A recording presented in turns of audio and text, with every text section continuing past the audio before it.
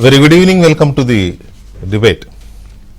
ఈ మధ్యకాలంలో ఒకప్పటి తెలంగాణ రాష్ట్ర సమితి, ప్రస్తుత భారత రాష్ట్ర సమితి పార్టీకి సంబంధించి ఒక బలమైన ప్రచారం జరుగుతోంది.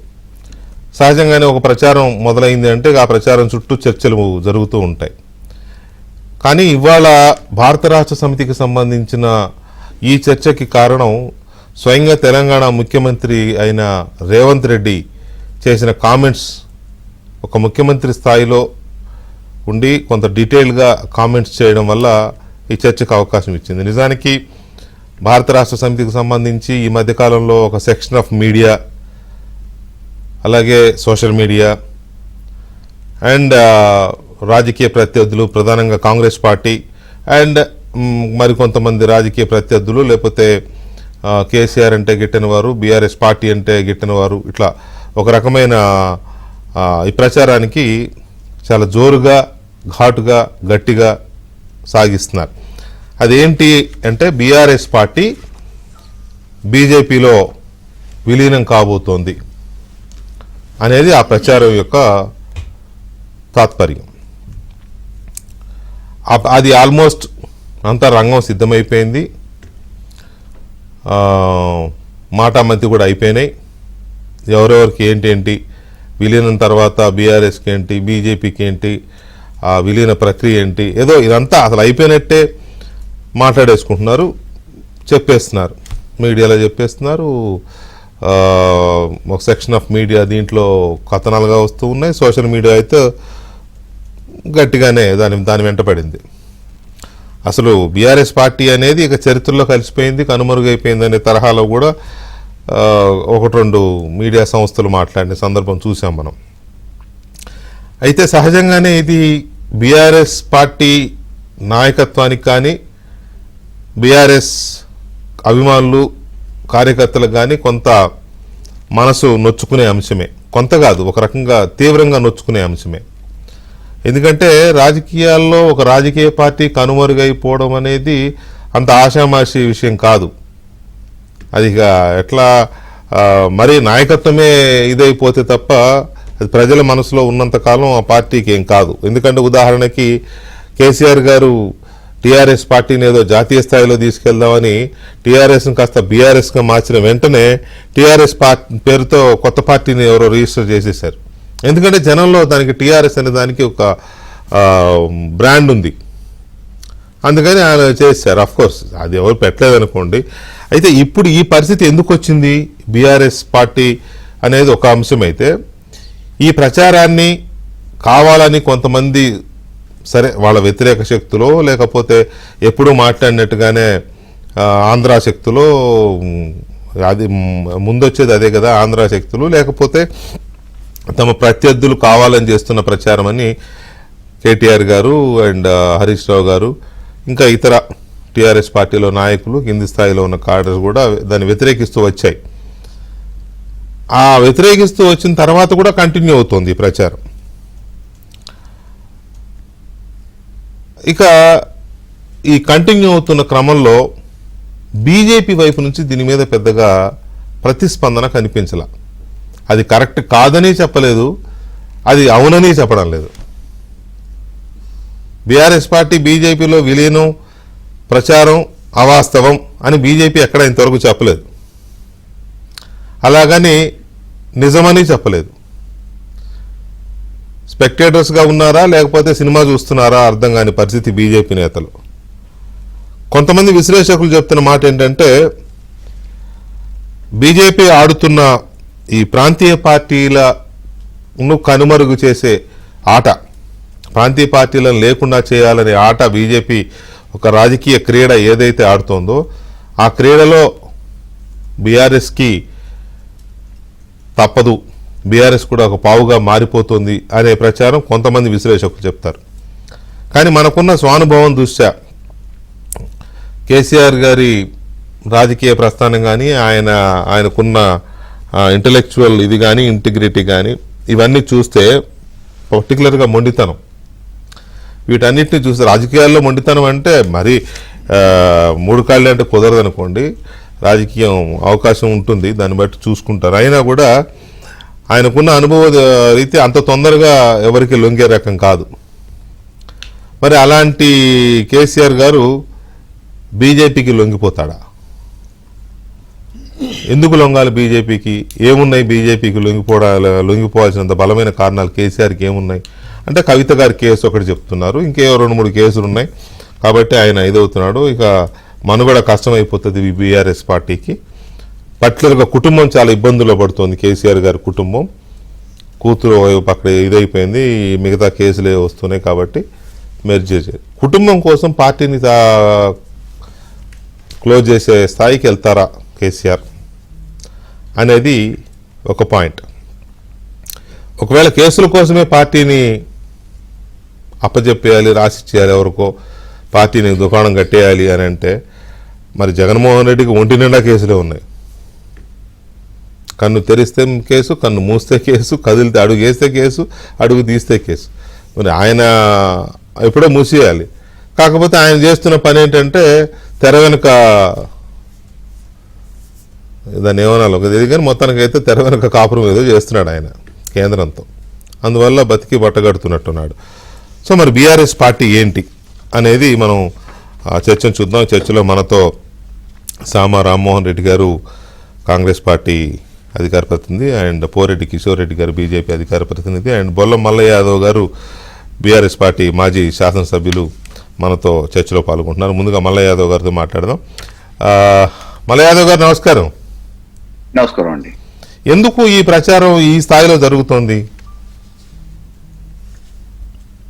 చిరస్థాయిగా మేము చేసిన అభివృద్ధి పనులు, ఈ రాష్ట్రాన్ని సాధించిన పేరు ప్రతిష్టలు తట్టుకోలేని వాళ్ళు, జీర్ణించుకోలేని వాళ్ళు కావాలని బట్టగాల్చి మీదేయడానికి బురద తల్లే ప్రయత్నం, రాజకీయాలలో దిగజారుడు తనానికి ఇది ఒక నిదర్శనం. ఇప్పుడు చెప్పే నాయకుడు ఎవరైనా వారికి ఉన్న సమాచారం మేరకు ఇది గ్యారంటీగా జరుగుతుంది, ఒకవేళ జరగకపోతే నేను దీనికి సిద్ధం అని చెప్పేసి ఎవరైనా సిద్ధపడితే ఆ సిద్ధపడే నాయకుడికి మేము ధీటుగా తప్పకుండా ఆ ఛాలెంజ్ కి కట్టుబడి ఉంటారు సిద్ధంగా ఉన్నాం. ఎవరో జోషం చేసినట్టు చెప్పినట్టు, కాలజ్ఞానం చెప్పినట్టు, ఇగో ఇది జరగబోతుంది అది జరగబోతుంది, రాజకీయంగా ఎదుర్కోలేక ఈ పార్టీలో గెలిచిన ఎమ్మెల్యేలని తీసుకోవడానికి ప్రయత్నం చేస్తే వాళ్ళు అక్కడ ఇమడలేక ఎన్నికొస్తా ఉంటే తట్టుకోలేక, అభివృద్ధి చేయలేక ఏదో రకంగా రాజకీయ దుమారం లేపడానికి ఇటువంటి ప్రచారాలు చేసే ప్రయత్నం చేస్తా ఉన్నాడు రేవంత్ రెడ్డి గారు, అటు బీజేపీ వాళ్ళు. నేను నిజంగా చెప్తా ఉన్నా, గత చరిత్రలో మామూలుగా అధికారం 5 సంవత్సరాలకు ఒకసారి కాంగ్రెస్ వాళ్ళకి ఇస్తే 3-4 ముఖ్యమంత్రులు మారిన సందర్భాలు, అనుభవాలు మనకున్నాయి. అదే క్రమంలో రేపు ఇంకొక 2 నెలలకో 3 నెలలకో స్థానిక సంస్థల ఎన్నికలు అంటున్నారు, ఇంకోటి అంటున్నారు. ఇది అయిపోయిన తర్వాత రేవంత్ రెడ్డి గారు కాలు గుంజడానికి అక్కడ అన్ని ముఠాలు, వర్గాలు ఆల్రెడీ తయారైనాయి. రేపో మాపో నిజంగా అటువంటిది జరిగితే ఆయన బీజేపీలోకి పోవడానికి సిద్ధపడి దానికి సంబంధించిన ఏర్పాట్లు కూడా రేవంత్ రెడ్డి గారు తీసుకుంటున్నారు. ఏది ఏమైనా ముఖ్యమంత్రికి ఉండటం అనేది నా లక్ష్యం. ముఖ్యమంత్రికి ఉండటానికి నాకు ఏ పార్టీ అయినా పర్వాలేదు. ఆయన కాంగ్రెస్ వచ్చింది, రేపు ఒకవేళ కాంగ్రెస్ లోనే నాకు వేరే వర్గం ఎదురెదిరిగి ఏదైనా మామూలుగా అధిష్టానం కూడా వాళ్ళకి అనుకూలంగా మాట్లాడితే నేను అవసరం అనుకుంటే ఈ పార్టీని వదిలిపెట్టి బీజేపీ వాళ్ళు తన దత్తగట్టి నేను ముఖ్యమంత్రిగా కొనసాగుతా అనే ఒక ధీమాలో, ఆ ఆలోచనలో, ఆ భవిష్యత్ ప్రణాళికలో రేవంత్ రెడ్డి గారు ఉన్నారు తప్ప మేము బీజేపీతోని కలవటము, అంటగాగటం అనేది రేపటి సమీప భవిష్యత్తు కాదు. ఈ భూమి మీద మనుషులు ఉన్నంత వరకు అది జరిగే పని కాదు. తెలంగాణ ఒక్కడిగా మొదలైన కేసీఆర్ గారి ఉద్యమం 14 సంవత్సరాలు పోరాటం చేసి లక్షలాది మందిని క్రోడీకరించి ఉద్యమం చేసి రాష్ట్రాన్ని సాధించి 10 సంవత్సరాలు ఈ దేశంలో ఏ రాష్ట్రంలో జరగని విధంగా అనేక అభివృద్ధి కార్యక్రమాలు చిరస్థాయిగా ప్రజల మధ్యలో, ప్రజల మధ్యలో ఉండే విధంగా చేసిన ఒక రాజకీయ. అవన్నీ ఓకేనండి. ఇప్పుడు సరే, మనం ఎంతసేపు చేసుకున్నా ఇవి ఎప్పుడు చెప్పుకునే మాటలే ఇవన్నీ. ఉద్యమము, అభివృద్ధి, వాటి గురించి ఎవరు మాట్లాడడం లేదు, కాదనడం లేదు. కానీ ఈ రోజు కాకపోతే ఈ ప్రచారం ఏదో అట్లా వచ్చి ఇట్లా పోయింది అనుకోవడానికి లేదు. చాలా బలంగా 1 by 1 తీసుకెళ్తున్నారు. చెప్పిన ప్రతిసారి ఇంకింత అడిషనల్ ఇన్ఫర్మేషన్ జోడించి చెబుతున్నారు. మరి ఇదంతా కల్పితం అనుకోవాలా? 100% కల్పితం, ఊహాజనితం, కావాలని బురద జల్లే ప్రయత్నం. ఎక్కడ దానికి సంబంధించిన సంప్రదింపులు గాని లేకపోతే అటువంటి చర్చలు గాని ఎక్కడ జరిగిన దాఖలాలు జరగవు, కూడా అవకాశం కూడా లేదు. ఏదో చిన్న చిన్న కేసులకు వాటి వీటికో భయపడి ఆ రోజు ప్రధానమంత్రి హోదాలో దేశంలో ఉన్న నరేంద్ర మోడీ గారు ప్రధానమంత్రి హోదాలో ఉంటేనే రాష్ట్రానికి ముఖ్యమంత్రి అయి ఉండి పరిధిలో ఉండి పనిచేసేది తప్ప ఎన్నడూ భయపడలేదు. వాళ్ళు బలవంతంగా మెడల మీద కత్తి పెట్టి ఇది చేయాలి అది చేయాలన్నా కానీ మేము చేసేది ఇదే, మా తెలంగాణ ఇంట్రెస్ట్ ప్రధానం తప్ప మీ జాతీయ ప్రయోజనాలను దృష్టిలో పెట్టుకొని మీరు చేసిందల్లా చెప్పిందల్లా మేము ఆడటానికి లేము అని చెప్పేసి కరాఖండిగా ఆ రోజు కేసీఆర్ గారు చెప్పారు. ఇవాళ ఏదో ఈ కేసులు ఉన్నాయనో ఆ కేసులు ఉన్నాయనో భయపెడుతున్నో, లేకపోతే కేసుల పేరు మీదనో ఇంకేదో పేరు మీదనో భయపెడుతున్నో, అధికారాన్ని అడ్డం పెట్టుకొని ఇబ్బంది పెట్టాలనుకుంటున్నావు, తీసుకుపోయి పార్టీని మెద్దు చేసే అంత అవసరం ఆ దుస్థితి ఈ రోజు బీఆర్ఎస్ కి లేదు. ఇలా లక్షలాది మంది కార్యకర్తలు ఉన్నారు, కోట్లాది మంది ప్రజలు ఈ పార్టీ. మీరు ఇంతకుముందు ఎమ్మెల్యేగా పనిచేసినారు, మీ స్థాయి నాయకత్వానికి అంటే మీ స్థాయి నాయకులు చాలా మంది ఉన్నారు, సెకండ్ లీడర్షిప్, అట్లాగే మీ కింద కార్యకర్తలు ఉన్నారు. ఎక్కడైనా ఏదైనా మలుపులో ఎక్కడైనా లేకపోతే ఏదైనా పాయింట్లో ఇలాంటి అవకాశం ఉందని కానీ లేకపోతే ఆ సూచనలు కానీ ఎక్కడైనా కనిపిస్తున్నాయా? అటువంటిది ఎక్కడ లేదు. కేవలం కావాలని బురద జల్లే ప్రయత్నం ప్రతిపక్షాల వాళ్ళు, రేవంత్ రెడ్డి గారు, అటు బీజేపీ వాళ్ళు ఇద్దరు కలిసి చేస్తున్న ఒక నాటకీయ పరిణామం. ఏంటి ఆ బురద చల్లడం వల్ల వచ్చే ప్రయోజనం ఏంటి వాళ్ళకి? డోలయమానంలో ఉన్న నాయకులను కార్యకర్తలను వాళ్ళ వైపు తిప్పుకుందామనే ఒక ప్రయత్నం. రేపటి భవిష్యత్తులో మామూలుగా చిరస్థాయిగా ఉన్న ఈ పార్టీని విడదీయటానికో కూలగొట్టడానికో వేరే మార్గం లేక చిన్నమన్న కార్యకర్తలలో అపోహ సృష్టించి వాళ్ళ పబ్బం గడుపుకుందామనే ఆలోచన తప్ప ఎట్టి పరిస్థితులలో ఇది జరగబోయే పరిణామం కాదు. రేవంత్ రెడ్డి గారు ఒకవేళ రేపు బీజేపీలో పోయి ముఖ్యమంత్రి అయితేనేమో ఆయన పదవిని కాపాడుకోవడానికి అది మేము చెప్పలేం, కానీ మా పార్టీ మాత్రం ఎట్టి పరిస్థితుల్లో విలీనం కాదు. ఒకవేళ ఎవరైనా కట్టుబడి ఉంటాము, దీనికి ఏదైనా ఛాలెంజ్ కి నిలబడతామని అంటే దానికి మేమందరం కూడా సిద్ధం. రైట్. ఒక్క నిమిషం మల్ల యాదవ్ గారు. కిషోర్ రెడ్డి గారు, గుడ్ ఈవినింగ్ అండి. Good evening sir. ఇది మీకు పెళ్లి చేసే ప్రయత్నం జరుగుతుంది.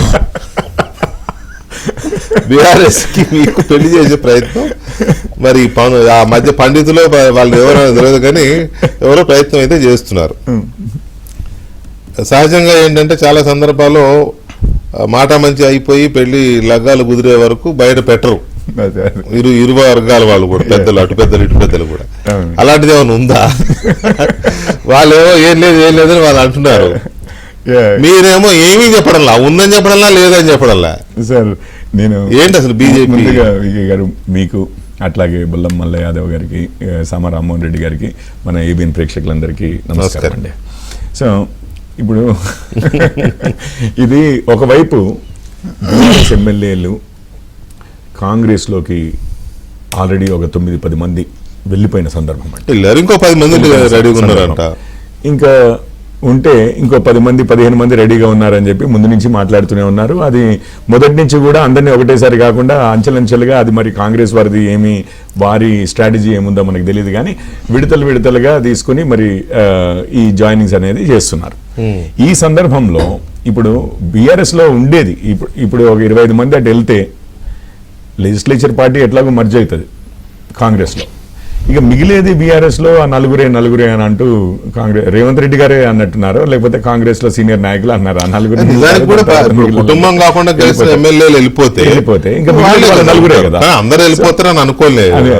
సో ఇప్పుడు నేను అనుకోవడం ఏంటంటే మొన్న ఈ మధ్య దీంట్లో అంతకుముందు కూడా ఒకసారి అంటే 2 విషయాలు ఉన్నాయండి.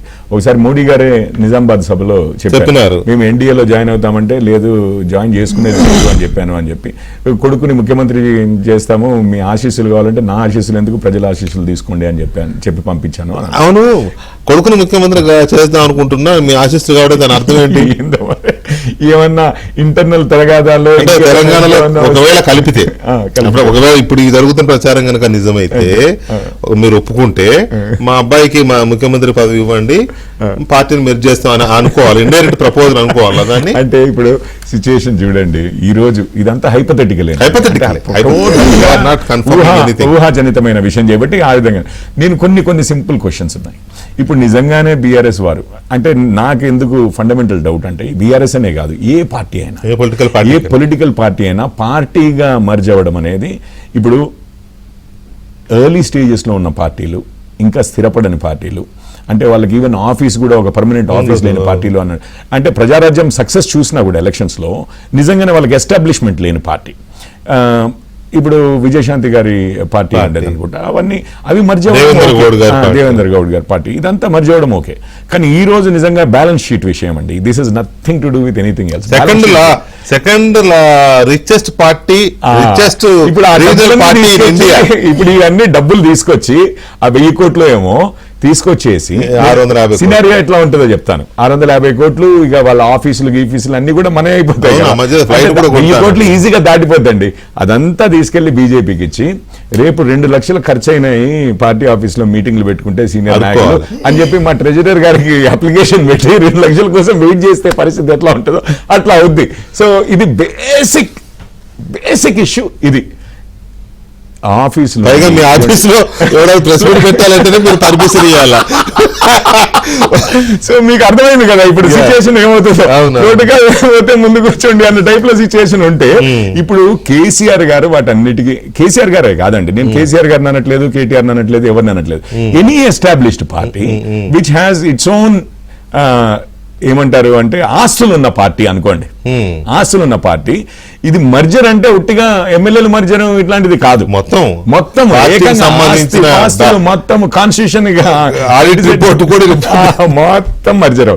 అది నేను అనుకోవడము, అది ఎవరైనా కానీ అనలైజ్ చేస్తే ఆ సిచ్యువేషన్ చెప్తున్నారు ఆ విషయాన్ని. కానీ ఇంకొక విషయం చెప్తాను, మీరు కేటీఆర్ అన్నారు కదా, నిజంగానే చెప్పాలంటే మీరు నమ్ముతున్నారా సార్? ఇప్పుడు మా పార్టీలో ఇండివిజువల్ గా కాదు, ఇండివిజువల్ గా అంటే నేను నమ్ముతున్నారు అన్నంటే నేను ఈ విషయం వేరే క్వశ్చన్ ఒకటి, నేను అసలు ఈ టాపిక్ ని నేను ఈ టాపిక్ చర్చగా తీసుకోను. ఎందుకంటే వేరే మీడియా ప్రచారం చేస్తుంది, అవును విపరీతంగా ప్రచారం చేస్తుంది. కేవలం రాష్ట్ర ముఖ్యమంత్రి గారు రేవంత్ రెడ్డి గారు అన్నారు కాబట్టి దానికి ఒక సీరియస్నెస్ వచ్చింది. పాయింట్ నెంబర్ 1 మీరు అన్నారు, మీరు నమ్ముతున్నారా అంటే ఇండివిజువల్ గా బీఆర్ఎస్ పార్టీ యాటిట్యూడ్ గానీ, పార్టీ యాటిట్యూడ్, కేసీఆర్ గారి వ్యక్తిత్వం గానీ, లేకపోతే ఆయనకున్న మొండితనం గానీ, ఇక వీళ్ళ సంగతి తెలిసిందే కదా, కేటీఆర్ గారు, హరీష్ గారు, వీళ్ళని ఎవరు చూసినా కూడా నాకైతే అది ఒట్టి ప్రచారం అనిపిస్తుంది. కవిత గారు ఒక్కరు చూసినప్పుడు మాత్రం ఏమో గుర్రం ఎగరావచ్చు అనిపిస్తుంది. ఇప్పుడు నేను నిజంగా చెప్తున్నానండి, ఇప్పుడు అంటే జైలుకి వెళ్ళడము అండ్ పొలిటికల్ పార్టీస్ అట్లా అనుకుంటే నిజంగానే జగన్మోహన్ రెడ్డి దాని తర్వాత దాని తర్వాత అక్కడ వీరు కనిమొళి అనుకుంటాను, రైట్? అరే ఇక్కడ పురుషులది ఎగ్జాంపుల్ చెప్తున్నాను, కనిమొళి గారు ఉన్నారు.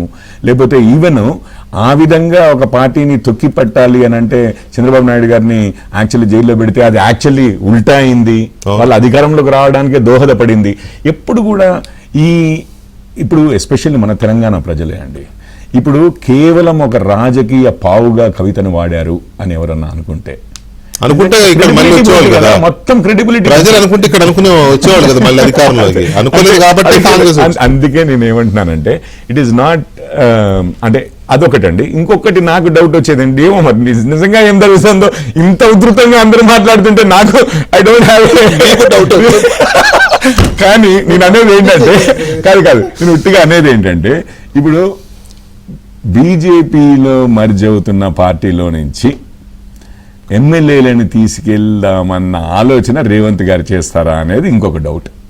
నిజంగానే అది సీరియస్ ఉంటే టకీమని బంద్ చేయాలి, ఎందుకంటే లేకపోతే బీజేపీ ఎమ్మెల్యేలను తీసుకెళ్లేవాడు కదా.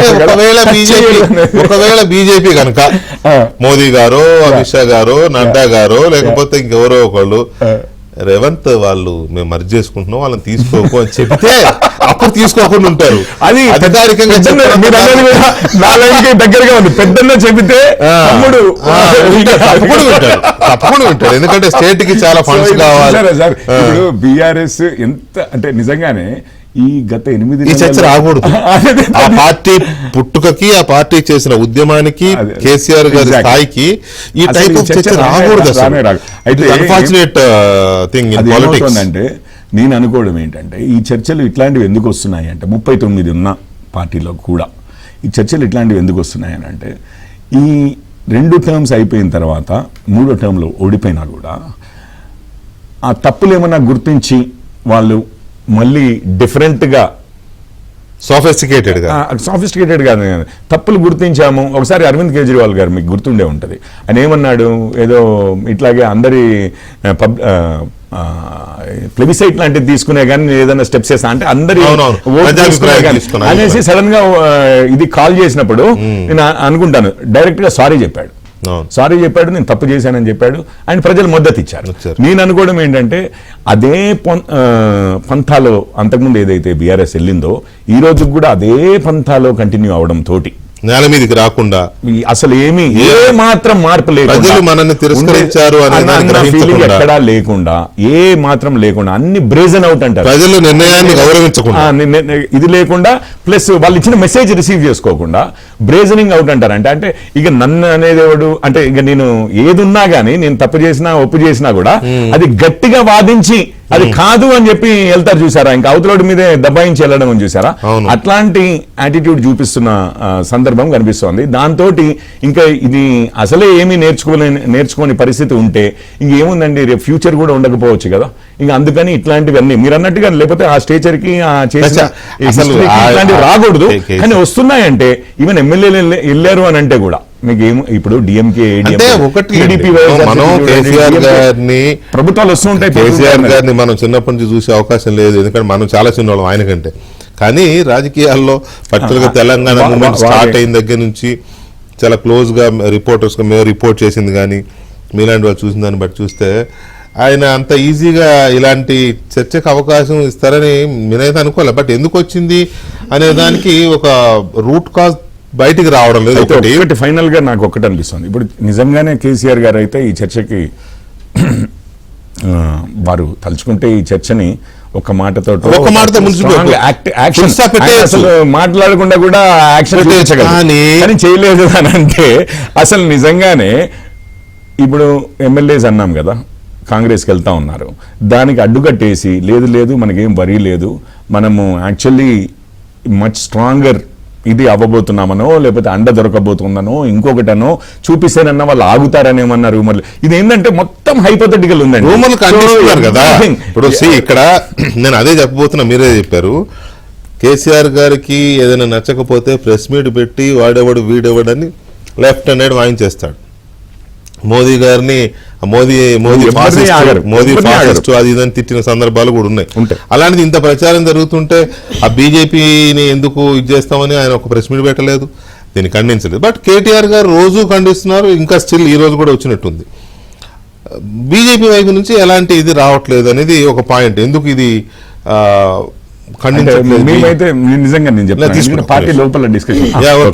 బీజేపీ ఎందుకు దీన్ని డినై చేయడం లేదు, షో చూస్తున్నారా ఇందాక నేను చెప్పిన షో చూస్తుందా అనేది ఒక పాయింట్. అయితే నిజంగా బీఆర్ఎస్ పార్టీకి కానీ పర్టికులర్గా కేసీఆర్ గారు ఆయన కుటుంబానికి కానీ అలాంటి సిచ్యువేషన్ కాన్ఫర్ట్ సిచ్యువేషన్ ఏమన్నా క్రియేట్ అయిందా, ఏదో రకంగా ఆ ఉచ్చులోంచి బయటపడాలి అని అంటే పార్టీని ఏదో చేసైనా సరే బయటకు వద్దామనేంత పరిస్థితి ఉంటుందా, ఉంటే కేసీఆర్ గారు అంగీకరిస్తారా అనేది ఒకటి. మొన్న అసెంబ్లీ ఎన్నికల్లో అధికారాన్ని కోల్పోవడం, కాంగ్రెస్ పార్టీ అధికారంలోకి రావడం, మొత్తం ఒక్కొక్కటి తవ్వుతుంటే ఆ ట్యాపింగ్ ఫోన్ ట్యాపింగ్ కావచ్చు, లేకపోతే ఇక కాళేశ్వరం కావచ్చు, ల్యాండ్స్ ఏదో నడుస్తున్నాయి, ధరణి ఏదో నడుస్తున్నాయి, ఇలాంటి ఒక్కొక్కటి ప్రస్తుత రేవంత్ రెడ్డి ప్రభుత్వం అవన్నీ తవ్వుతుండేసరికి ఒక గందరగోళ పరిస్థితులు అయితే ఉన్నాయి, అది కాదని లేని వాస్తవం. సో ఇవన్నీ ఏమన్నా ఒక తప్పని పరిస్థితిని ఏమన్నా క్రియేట్ చేస్తున్నాయా, దాని తగ్గట్టు మన ఎంపీ జనరల్ ఎలక్షన్ కూడా ఒక్క ఎంపీ సీటు కూడా గెలుచుకోలేని ఒక పరిస్థితిలో ప్రజలు పూర్తిగా తిరస్కరించారు మనల్ని అనే కంక్లూజన్కి వచ్చారా? పైకి మాత్రం ఇలా బింకానికి ఖండిస్తూ రామ్మోహన్ రెడ్డి గారు గుడ్ ఈవినింగ్. కాంగ్రెస్ పార్టీ లేదా కాంగ్రెస్ పార్టీకి అనుకూలంగా ఉండే సోషల్ మీడియా ఒక సెక్షన్ ఆఫ్ మీడియా ఎందుకు ఈ రకమైన ప్రచారం చేస్తున్నారు, చాలా బలంగా చేస్తున్నారు, ఏదో అయిపోయింది ఇక బీఆర్ఎస్ అనేది లేదు క్లోజు, ఇట్లా ఏ ఉద్దేశంతో చేస్తున్నారు? అంటే వాళ్ళ ప్రాక్టికల్ గా పరిస్థితులు అట్లనే ఉన్నాయి కదా వికే గారు, అంటే వాళ్ళ పరిస్థితులు మీరే అన్యాయం చేస్తారా? అంటే కాదు, మైదానంలో ప్రతిపక్ష హోదా ఇచ్చినప్పుడు ఏ రోజు కూడా హుందాతనంగా కానీ బాధ్యత కానీ మెలుగుతున్నటువంటి పరిస్థితులు ఎక్కడ కనిపిస్తలేవు. పోనీ రివైవల్ అయ్యేటటువంటి సిచ్యువేషన్ బీఆర్ఎస్లో ఈరోజు ఏమైనా ఉందా, నైతికంగా కానీ నాయకత్వ పరంగా కానీ, లేకపోతే ఆనాడు ముందుండి నడిపించినటువంటి కేసీఆర్ యొక్క ఆ ఎనర్జీ పొటెన్షియల్స్ గిట్టి ఈరోజు మళ్ళీ కూడా రివైవ్ అయ్యే పరిస్థితులు, రిస్టోర్ అయ్యే పరిస్థితులు ఉన్నాయా అంటే ఇక్కడ కనిపిస్తలేవు. ఇప్పుడు ఏ పార్టీతోటైనా కూడా పొత్తు పెట్టుకొని బతికి బట్టగట్టుకుంటే ఈ స్థాయికి వచ్చినటువంటి టీఆర్ఎస్ అంటే పేరు మార్చుకొని బీఆర్ఎస్ అయినటువంటి పార్టీ రేపు పొద్దున అంతరించిపోయేటటువంటి పరిస్థితికి వచ్చింది అని అంటే విలీనం అవుతుంది అనేటటువంటి విషయానికి సంకోచిస్తారని నేనైతే అనుకుంటలేను. ఏముంది రాజకీయ పార్టీలకే ఈరోజు విలీనం అయిపోదాము, రేపు పొద్దున మనం సర్వైవ్ కావాలి. ఎందుకంటే మల్లయ్య గారు చెప్పినటువంటి దాంట్లో లాజికే లేదు. మేము చేసినటువంటి అభివృద్ధిని చూసి వాళ్ళు ఏదో ఓరొక మాట్లాడుతూ మేము అధికారంలోకి వచ్చినాం ఇంకా మిమ్మల్ని చూసి ఓర్చేది ఏముంటుంది. ఇది ఒక కామన్ పాయింట్ గమనించాలి. బండి సంజయ్ గారు స్పందించుకుంటే కూడా ఒకటే మాట అన్నాడు, ఆయన కూడా బీఆర్ఎస్ పార్టీ కాంగ్రెస్ పార్టీలో విలీనం అవుతుంది కానీ మా దాంట్లో ఏం కాదు అని అన్నారు. అంటే మొత్తం మీద బండి సంజయ్ గారు స్పందించారు. సో మొత్తం మీద ఇటు కాంగ్రెస్ పార్టీ నుంచి అయినా బీఆర్ఎస్ కి అంధకారం తప్ప రేపు పొద్దున భవిష్యత్తు కనిపించినటువంటిది తీర్థనులు కనిపిస్తున్నాయి. అటు బీజేపీకి నుంచి కూడా అదే స్టాండ్ కనిపిస్తుంది. ప్రజల మన పార్లమెంటు ఫలితాలలో కూడా అదే సీట్లు మనకు కనిపించినాయి. మీరు అన్నారు ఆర్థికంగా చాలా పైసలు ఉంటున్నటువంటి పార్టీ, రేపు పొద్దున కిషోర్ గారు అన్నారు కదా ఇందాక, ఆర్థికంగా చాలా పైసలు ఉంటున్నటువంటి పార్టీ 2 లక్షల రూపాయలు అడుకోవాలంటే గట్లాంటి పరిస్థితికి వస్తారా? లేకపోతే ప్రెస్ మీట్ పెట్టాలని లైన్ లో నిలబడి అలా సిస్టమ్ ఉండొచ్చు కానీ కానీ కానీ నేనేమంటున్నా సార్ నేనేమంటున్నా అంటే 1,00,000 కోట్లు దోసుకు తిన్నటువంటి బయటికి కక్కేదాని బదులు 2 లక్షల రూపాయల గురించి అడుక్కుంటున్నట్టు నటిస్తే బెటరే కదా. లేకపోతే మీడియా పాయింట్ కోసం అడిగేటటువంటి పర్మిషన్ బెటర్ కదా జైలుల ములాఖాతుల కంటే. సో వీళ్ళ యొక్క దేని నిర్ణయానికి పోతుంది అని అంటే రేపొద్దున వీళ్ళు అవినీతి చేసినటువంటి సొమ్ముని బయటకి ఖచ్చితంగా కాంగ్రెస్ పార్టీ తీస్తుంది. కాబట్టి దేశవ్యాప్తంగా కూడా ఆర్థిక పరమైనటువంటి నేరగాళ్ళకి ఒక సేఫ్ హ్యావెన్ అంటాం మనం. సేఫ్ హ్యావెన్ లెక్క బీజేపీ రోజు చరిత్రకి కాదు ప్రపంచ పటంలోకి ఎక్కింది. కాబట్టి ఇంకోటి ఫ్యాక్టర్ మనకు అడేం కనిపిస్తలేదు. దానికి రాజకీయ విశ్లేషణ అవసరమే లేదు. గల్లీలకు ఏ సామాన్యుని అడిగినా చెప్తారు అవినీతి పరుడు రేపు పొద్దున జాగ్రత్తగా ఉండాలంటే ఏం చేయాలి అంటే అదేం సార్ బీజేపీ కండువా కప్పుకుంటే అయిపోయి కదా, అనకపోతే బాగా చెప్తా మోడీ సాబే కాపాడుతాడు, ఎవరికి ఏం నష్టమే ఉండదు కదా అని చెప్పి అంటాడు.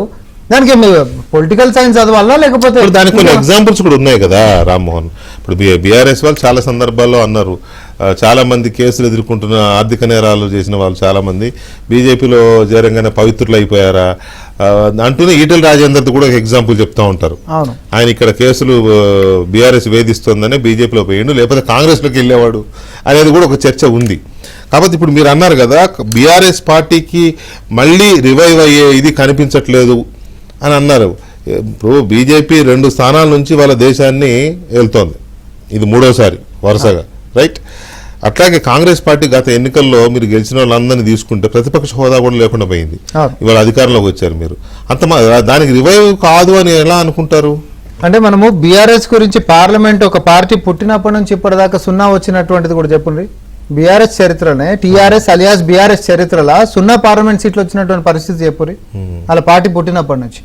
కానీ అధికారంలో ఫుల్ ఫ్లెడ్జ్ అధికారంలో ఉండి ఫుల్ పవర్స్ అనుభవించి అసలు హైదరాబాద్ మున్సిపల్ ఎన్నికల్లో 2 కార్పొరేట్లు వచ్చాయి కానీ రాష్ట్ర వ్యాప్తంగా అధికారంలోకి వచ్చినాం. మళ్ళీ సార్ ఏమవుతారు నేను అదే చెప్తున్నాను. హైదరాబాదు ఇంత పెద్ద సిటీలో 2 వార్డులు గెలుచుకున్న కాంగ్రెస్ పార్టీ ఇవాళ అధికారంలోకి వచ్చారు. అందుకని వీకే గారు నేను ఏమంటున్నా రాష్ట్ర వ్యాప్తంగా అసలు కాంగ్రెస్ లేదు అని చెప్పి ఒక పక్క బీజేపీ ఇంకొక పక్క బీఆర్ఎస్ ఇద్దరు కలిసి చేసినటువంటి డ్రామాలో జిహెచ్ఎంసీలో ఓడగొట్టేసేస్తే రవి ఎన్నికలకు సంబంధించి ఇందాక కిషోర్ గారు అన్నారు నా కొడుకుని ఆశీర్వదించు సార్ మేమేదో మీ పుణ్యాన్ని బతికి పట్టగడతాం అందుకు అన్నది జిహెచ్ఎంసీ ఎన్నికలు అప్పటిదాని మన ఎన్నికల కంటే ముంగట మోడీ గారు చెప్పిండ్రు. మరి అన్ని రోజులు సీక్రెట్ ఎందుకు పెట్టినారు వీకే గారు? వాళ్ళిద్దరి మధ్యలో టైం లేకపోతే బయట పెట్టాల్సిన అవసరం లేదు. ఎందుకంటే ప్రజల మధ్యలో కాంగ్రెస్ పార్టీ చాలా స్ట్రాంగ్ లైన్ తీసుకెళ్లిపోయింది. బీజేపీ బీఆర్ఎస్ ఒకటే, వీళ్ళిద్దరు ఒకరి మీద ఒకరు చర్యలు తీసుకోరు. కన్ఫర్మ్ చేశారా? మీకు నాకు సంబంధం లేదు. ఇప్పుడు ఆ టైంలో ఎప్పుడో జరిగిన దాన్ని అప్పుడు అన్నారు అని అంటే మోడీ గారు ఈ ప్రచారాలను లేకపోతే అనుమానాలను బలంగా అరే కేసీఆర్ ఏదో మొత్తానికి అయితే ఒక లైన్ వేసినట్టే ఉంది కదా అని అనుకోవడానికి అన్నుండొచ్చు. ఇప్పుడు అన్నట్టు ఎందుకంటాము అన్ని సంవత్సరాల నుంచి లేనిదైతే బయటికి ఎవడని అట్లాంటివి చెప్తాడని మళ్ళీ కేసీఆర్ గారు కూడా స్పందించారు కదా దాని మీద. నేనేమంటున్నానంటే చెప్తున్నా అందుకనే ఎవరైనా చెప్తారా అట్లాంటివి అని అన్నాడు. ఎందుకంటే నాయకుల మధ్యలో ఎన్నో ఉంటాయి, రాజకీయ సంభాషణలు ఉంటాయి, దేనికైనా కూడా ఒక ఏది స్థాయి పరిమితి పరపతి అనేటటువంటి ఒకటి ఫాలో అయితే బయటపెట్టొచ్చున్నాను కూడా అన్నారు.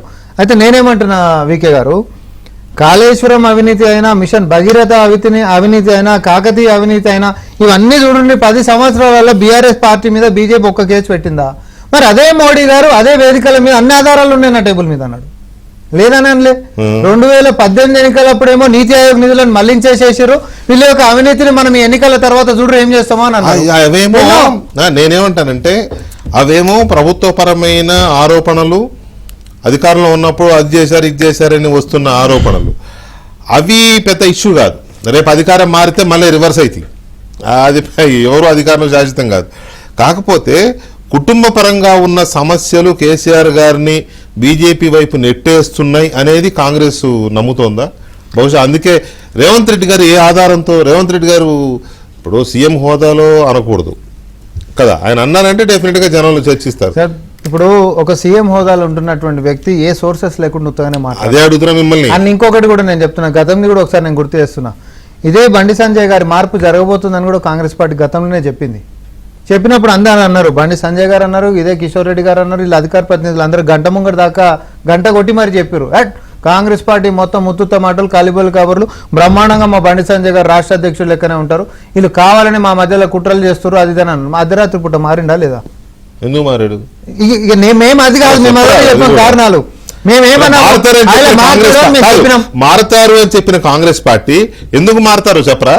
ఈ రోజు కూడా ఎందుకు మారతారు అనేటటువంటి మేమేం చెప్పాం, వాళ్ళు మెర్జి కాబోతున్నారు అనే చెప్తున్నాము. అవుతారో లేదనేటట్టు కాలం జ్యోతిష్యం లెక్క ఉంది. మేమెందుకు జ్యోతిష్యం చెప్తాం? మేము ఒకటే చెప్తున్నాం, మాట అయితేనేమో నా గొప్ప, లేకపోతే నాకెవరు. ఇప్పుడు ఒకటి జరుగుతున్నటువంటి పరిస్థితులలో కిషోర్ గారు చెప్పిందైనా, మల్లయ్య గారు చెప్పినటువంటిదైనా, వీళ్ళిద్దరు కూడా కొంచెం ఆలోచన చేసి మాట్లాడతారు అనేటట్టు అందరూ విశ్వసిస్తారు. కానీ ఈడ ముఖ్యమంత్రి గారు మాట్లాడినటువంటి వ్యాఖ్యలలో దాన్ని ఖండించడానికి కేసీఆర్ గారు ఇప్పటిదాకా బయటకు వచ్చేందుకు మాట్లాడలేదు. ఇంకొకటి, మల్లయ్య గారి దృష్టిలో ఉండి నిర్ణయాలు మొత్తం జరుగుతాయని చెప్పి మనం అనుకుంటామా? పైన గిట్టే జరిగేటటువంటి నిర్ణయాలు. ఎందుకంటే బొల్లం మల్లయ్య యాదవ్ గారికి అన్ని తెలియాల్సిన అవసరం లేదు, మీకు అన్ని తెలియాల్సిన అవసరం లేదు, కిషోర్ గారు కూడా అన్ని తెలియదు. మాట్లాడినప్పుడు అర్థమైంది, నాకు కూడా అర్థం కావట్లేదు.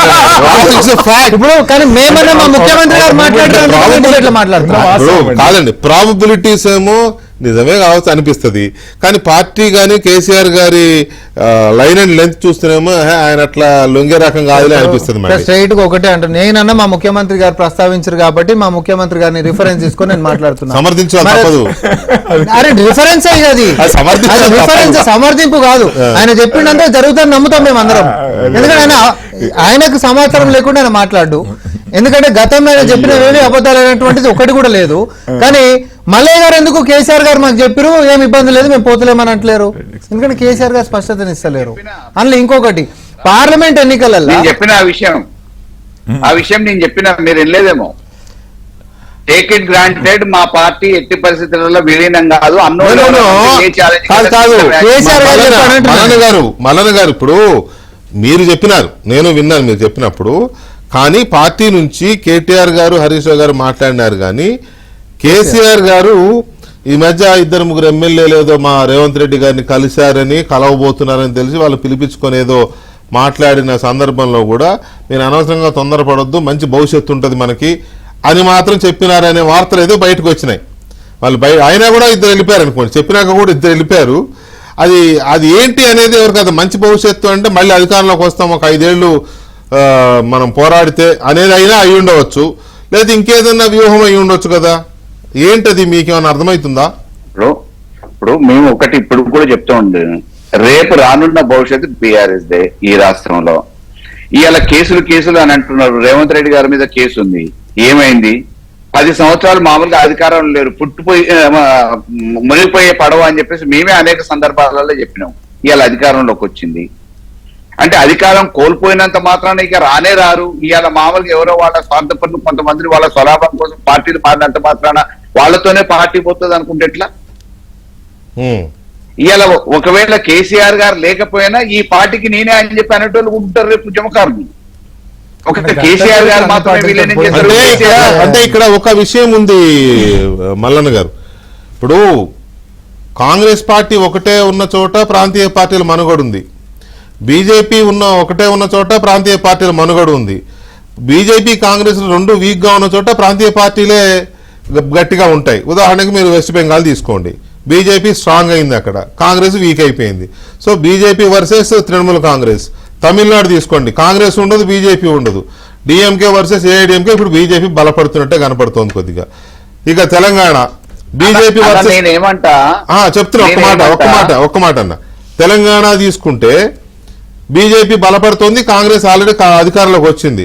ఇప్పుడు బీజేపీ టార్గెట్ మీరే అవుతున్నారు, కాంగ్రెస్ టార్గెట్ బీజేపీ బీఆర్ఎస్ రెండు అవుతున్నాయి. బీజేపీ ఏమనుకుంటుంది, బీఆర్ఎస్ లేకుండా చేస్తే ఆ క్యాడర్ అంతా లాక్కోవచ్చు అనేది బీజేపీ స్ట్రాటజీ ఉంటది కదా. అట్లాంటిది ఏమైనా జరుగుతుందా? ప్రధానంగా మేమే బలమైన వాళ్ళము అన్నప్పుడు అందరి ప్రయత్నాలు మమ్మల్ని అనగదొక్కడానికి, మమ్మల్ని ఇబ్బంది పెట్టడానికి ప్రయత్నం జరుగుతుంది. కరెక్ట్.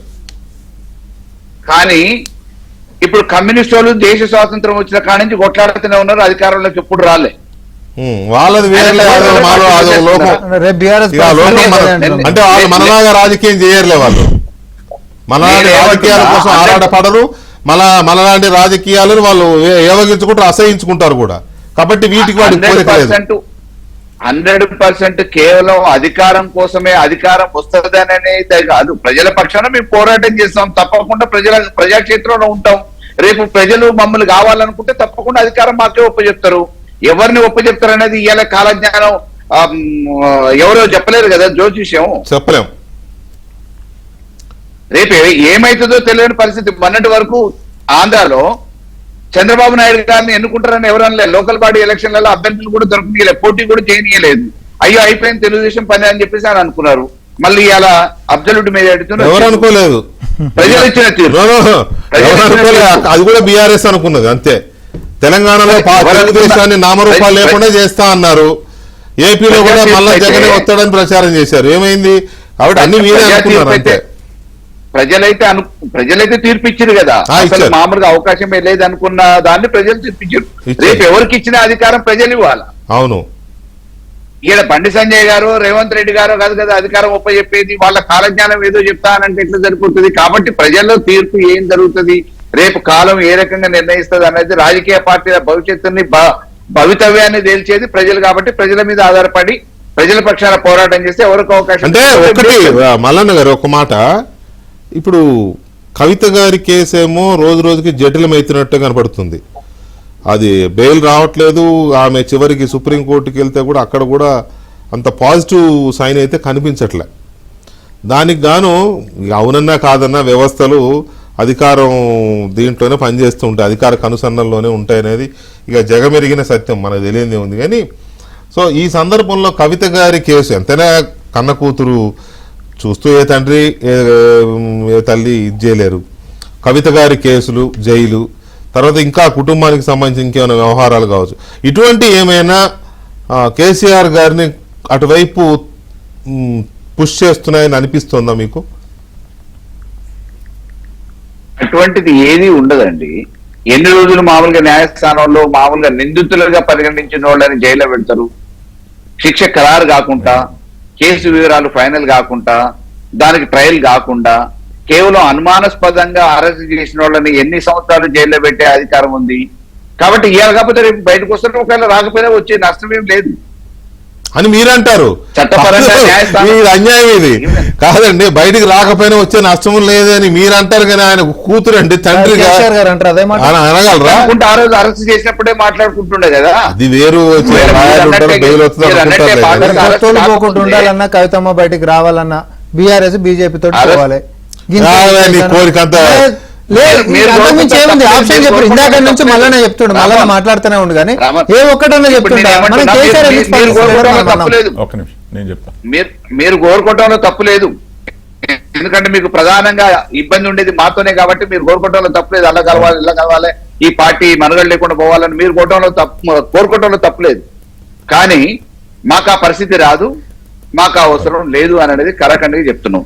దీని మీద ఒకవేళ ఎవరైనా సిద్ధమయ్యి డేటు నిర్ణయం అయింది, మేము పలానా రోజు ఖచ్చితంగా కలుపుతారని ఎవరైనా దేనికైనా నిలబడతా అని అంటే దానికోసం దేనికైనా సిద్ధపడటానికి మేము కూడా సిద్ధంగానే ఉన్నాం. మీరు మనుగడ లేకుండా పోవాలనేటటువంటిది కాంగ్రెస్ పార్టీ ఉద్దేశం కానే కాదు. కానీ మీరు ప్రజల దగ్గర చేసినటువంటి అవినీతి అక్రమాలు మొత్తం మాత్రం తప్పించుకోకుండా ఉండాలనేది కాంగ్రెస్ పార్టీ అనుకుంటారు. ఇప్పుడు నేను పార్టీ ఉండొద్దని మేము ఎందుకంటాం? నిజంగా అది కానీ మీరు జరుగుతుంది. తప్పించుకొని బీజేపీలో పోవద్దని అంటది. మళ్ళీ నా ఒక్క నిమిషమే మళ్ళీ బీజేపీలో పోతే పట్టుకోవడం కష్టమవుతుందని ఇప్పుడు రెండు ప్లేస్ ఉన్నాయండి, just I can only analyse. ఇప్పుడు ఒకటి కృష్ణమోహన్ గారు ఏమనుకుంటా, మన మహబూబ్ నగర్ జిల్లా నుంచి ఒక ఎమ్మెల్యే కృష్ణమోహన్ రెడ్డి గారు వారు అటు వెళ్ళి ఇటు వచ్చారని చెప్పి మళ్ళీ కలిసారని చెప్పి ఇదంతా నడుస్తోంది. కాస్త ఈ వలసలకి కాస్త ఆటంకం ఏమన్నా అయిందేమో అన్న సమయంలో లేదు బీఆర్ఎస్ వెళ్ళి పూర్తిగా బీజేపీలో జాయిన్ అవబోద్ది. బీజేపీలో జాయిన్ అవుతే సరే, బీజేపీ ఉంది ఒకవైపు, కానీ అక్కడ ప్రభుత్వం కేంద్ర ప్రభుత్వం దూరంది, ఇక్కడ రాష్ట్ర ప్రభుత్వం ఉంది, అధికారంలో ఉన్నాము, ఒక 6 అనుకుంటాను ఇంకా వేకెన్సీస్ ఉన్నాయి మినిస్ట్రీలవి, అటు మీ నాయకులు అటు తీసుకెళ్లేటట్టున్నారు, కానీ why don't you come here అని చెప్పి ఇదో కొత్త కాంగ్రెస్ వాళ్ళకైతే గ్యారంటీగా ట్రాప్. సింపుల్ గా నీట్ గా అది అయిపోతోంది, వాళ్ళు అవతల జాయిన్ చేస్తారు, అటుపోయి మీరు ఇప్పుడు ఏం సంపాదించుకునేది ఉంది. మన రాష్ట్రంలో ఎమ్మెల్యేస్ కదా, ఇక ఎంపీస్ కాదు, ఎమ్మెల్యేస్ కదా, మీరు అటేం పోతారు, ఇటు రండి. ఇందులో 6 అంటే అట్లీస్ట్ 4 కానీ వలసలు వచ్చిన వాళ్ళకి నేను మినిస్ట్రీలు ఇస్తాను, ఒకరిద్దరికి వేరే వాళ్ళకి, మా కాంగ్రెస్ వాళ్ళకి, ఒరిజినల్ కాంగ్రెస్ కి నేను ప్రామిస్ చేశాను అని చెప్పచ్చు. అంటే వీరు ఇంకొక పాట, అన్ని పార్టీలతో పొత్తు బీఆర్ఎస్ వారు కరెక్టే, అన్ని పార్టీలలో అసలు యాక్చువల్లీ లీడర్ గా ఉన్నవారు కూడా అంటే నేను అనేది రేవంత్ గారు. సో ఇక్కడ ఏది ఒక మతం లాగా ఇదైతే దానికి అగెయిన్స్ట్ అన్నది ఏం లేదు, ప్రాక్టికల్ పాలిటీషియన్స్ ఉన్నారండి. బోత్ కేసీఆర్ గారు రేవంత్ గారు కూడా ప్రాక్టికల్ పాలిటీషియన్స్. సో అసలు యాక్చువల్లీ మీరు అంతా అన్నారు. సో నేను అనుకోవడము ఇవన్నీ ఎత్తుకు పై ఎత్తు లేసి నరేటివ్స్ బిల్డింగ్ ఏదైతే ఉందో ఆ నరేటివ్ బిల్డింగ్ లో భాగం అవ్వచ్చు, కానీ మీరు ఇంకా అవినీతి గురించి అంటున్నారు. ఇప్పుడు అవినీతి రక్షించాలంటే సార్ ఒక్క విషయం చెప్తాను. ఈ రోజు అవినీతి, రాష్ట్రంలో జరిగిన అవినీతి, రాష్ట్ర ప్రభుత్వం ఇది రక్షించాలంటే ప్రథమంగానైతే రాష్ట్ర ప్రభుత్వం మన సైడ్ ఉండాలి, ప్రథమంగా. ఎందుకనంటే అసలు చేయనోడిని తీసుకెళ్లి ఏదో ఒక కారణంగా అభూత కల్పన చేసి వాడిని జైల్లో వేయాలన్నా, ఏ కారణంతో అయినా కానీ, లేకపోతే ఇంకొకటైనా ప్రథమంగా అన్ని కేసులు మీరు తీసుకోండి. ఇప్పుడు ఏమంటారు, కాళేశ్వరం విషయం అన్నారు, ఫోన్ ట్యాపింగ్ అన్నారు, అన్ని వీళ్ళ చేతిలోనే ఉన్నాయి. సో అసలు కంట్రోల్ ఉన్నది వీళ్ళ చేతిలో. ఇది అరేంజ్మెంట్ ఎక్కడికేదో కాస్త ఎర్లీ డేస్ లో కాస్త కొంచెం నెగోషియేషన్ జరిగినట్టున్నాయి, అదేదో దెబ్బతీసినట్టుగా కనిపిస్తుంది. అందుకని వీళ్ళు ఏమన్నా మరి రామ్మోహన్ అవినీతి విషయం తీసుకొస్తే రక్షించాలండి. నెగోషియేషన్స్ విషయంలో రేవంత్ రెడ్డి గారితో కేసీఆర్ గారు కానీ వాళ్ళు కానీ నెగోషియేషన్ చేస్తారని నేను అనుకోవట్లేదు. ఎందుకంటే రేవంత్ రెడ్డి ఫేస్ చూడటమే కేసీఆర్ గారు ఇష్టం లేదు కదా, అసెంబ్లీకే వస్తలేడు, ఆయన సీఎం అవడాన్ని ఆయన జీర్ణించుకోలేకపోతున్నాడు. సో అది వేరే ఫ్యాక్టర్ అనుకోండి. సో ఇక్కడ బీజేపీ వైపు బీఆర్ఎస్ చూడడానికి కానీ, లేదా బీఆర్ఎస్ ని బీజేపీ మెర్జ్ చేసుకోవడానికి ఓకే చేయడానికి కానీ ఏమన్నా ఫ్యాక్టర్స్ ఉన్నాయా? అసలు ఏం అవసరం ఉంది ఇక్కడ బీఆర్ఎస్ పార్టీని బీజేపీలో విలీనం చేయడానికి? ఏ ఫ్యాక్టర్స్ అవకాశం ఉంటుంది? ఒకటి, బీఆర్ఎస్ పార్టీకి ఇక భవిష్యత్తు లేదు, కనుచూపు మేరలో పార్టీ రివైవ్ అయ్యే అవకాశం లేదు, ఇందాక రామ్మోహన్ రెడ్డి గారు అన్నట్టు అలాంటిదన్నా అయి ఉండాలి. లేదా కేసీఆర్ గారికి సంబంధించినంత వరకు ఆ కేసులో, కవిత గారి కేసు, ఇతరత్ర కేసులు, లేకపోతే ఇదేమైనా సమస్యలు, మనకు తెలియని సమస్యలు చాలా ఉంటాయి, వ్యాపారపరమైన సమస్యలు కావచ్చు, ఇంకేదైనా ఉండవచ్చు. కాబట్టి వాటి కోసమైనా వారు అలా చేస్తారనడానికి ఏమన్నా, ఒకవేళ తెలియదు మనకి, ఇవేవి కూడా అంత కరెక్ట్ అని నేనైతే అనుకోవట్లేదు వ్యక్తిగతంగా, కానీ చెప్తున్నా అలాంటి ప్రచారం ఉంది కాబట్టి ఇలాంటి ఒకవేళ బేస్ చేసుకొని, ఒకవేళ అదే నిజమైతే బీజేపీ ఏ బేసిస్లో బీఆర్ఎస్ని యాక్సెప్ట్ చేస్తుంది? కలుపుకోవడానికి బీజేపీ అయితే బీజేపీకి సంబంధించి 2 ఇక్కడ కూడా ఉన్నాయి. ఒకటి, ప్రాంతీయ పార్టీలు లేకుండా చేయాలి దేశంలో అనేది బీజేపీ చాలా బలంగా నమ్ముతున్న వ్యవహారం. మనం చూస్తున్నాం, దాదాపు 7 రాష్ట్రాల్లో ప్రాంతీయ పార్టీలను వాషౌట్ చేసి పడేశారు. మన కళ్ళ ముందున్న కర్ణాటక ఒక ఎగ్జాంపుల్గా తీసుకోవచ్చు. మహారాష్ట్రలో అదే కాన్స్పిరసీ జరుగుతూ ఉంది, ఇంకా చాలా చోట్ల జరుగుతుంది. ఇప్పుడు ఆమ్ ఆద్మీ పార్టీది కూడా అలాంటి ఇదే జరుగుతుంది కుట్ర. సో ప్రాంతీయ పార్టీలు లేకుండా చేయాలి అవకాశం ఉంటే. ఇప్పుడు తెలంగాణలో మాత్రమే అవకాశం ఉంది ఇప్పుడు ఇమీడియట్గా. ఏపీలో లేదు, ఏపీలో కాంగ్రెస్ లేదు, బీజేపీ లేదు. అందుకని టీడీపీతో పొత్తులో ఉన్నారు. అక్కడ అంత ఈజీ కూడా కాదు ఎదగడం తెలుగుదేశాన్ని ఏమైనా చేయాలంటే. సో అందువల్ల తెలంగాణలో మాత్రమే ఆ ఛాన్స్ ఉంది, ఆ స్కోప్ ఉంది ఒక ప్రాంతీయ పార్టీని లేకుండా చేయడానికి. అదొక ఫ్యాక్టర్. రెండవ ఫ్యాక్టర్, బీఆర్ఎస్ పార్టీకి ఒక్క లోక్సభ సభ్యుడు కూడా లేడు ఇప్పుడు.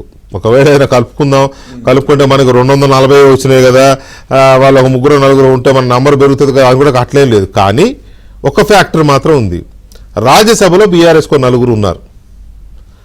రాజ్యసభలో బీజేపీకి మద్దతు తక్కువ అవసరం కూడా, ఎందుకంటే బిల్స్ ఏమైనా పాస్ అవ్వాలంటే. అవి ఆ బలం ఏమన్నా బీఆర్ఎస్కున్న ఆ బలం, ఆ 4 రాజ్యసభల బలం బీజేపీ ఏమైనా ఉపయోగించుకునే అవకాశం ఉందా, పనికొస్తారు మనకు, అట్లా ఏమైనా ఆలోచిస్తే అదొక ఛాన్స్ ఉంది. ఒకటి ప్రాంతీయ పార్టీ లేకుండా చేయాలనే ఒక దాన్ని ఏమంటారు వ్యూహము, సిద్ధాంతము, లేకపోతే ఒక ఏదో పాలసీ. రెండవది రాజ్యసభ సభ్యుల మద్దతు కోసం. సో ఈ 2 ఫ్యాక్టర్స్లో బీజేపీ ఆలోచిస్తుందా, ఆ 2 ఫ్యాక్టర్లో బీఆర్ఎస్ ఆలోచిస్తుందా? ఇదంతా కూడా ఊహాజనితమైన ఇదే, ఈ ప్రచారాన్ని బేస్ చేసుకుని. ఎందుకు ముఖ్యమంత్రి స్థాయిలో ఉన్న రేవంత్ రెడ్డి గారు చేసిన కామెంట్ను బేస్ చేసుకుని జరుగుతున్న చర్చ ఇది. సో రామ్మోహన్ రెడ్డి గారు, ఎందుకు కేసీఆర్ గారు వెళ్తారండి మామూలుగా మనం ఆలోచిస్తాం?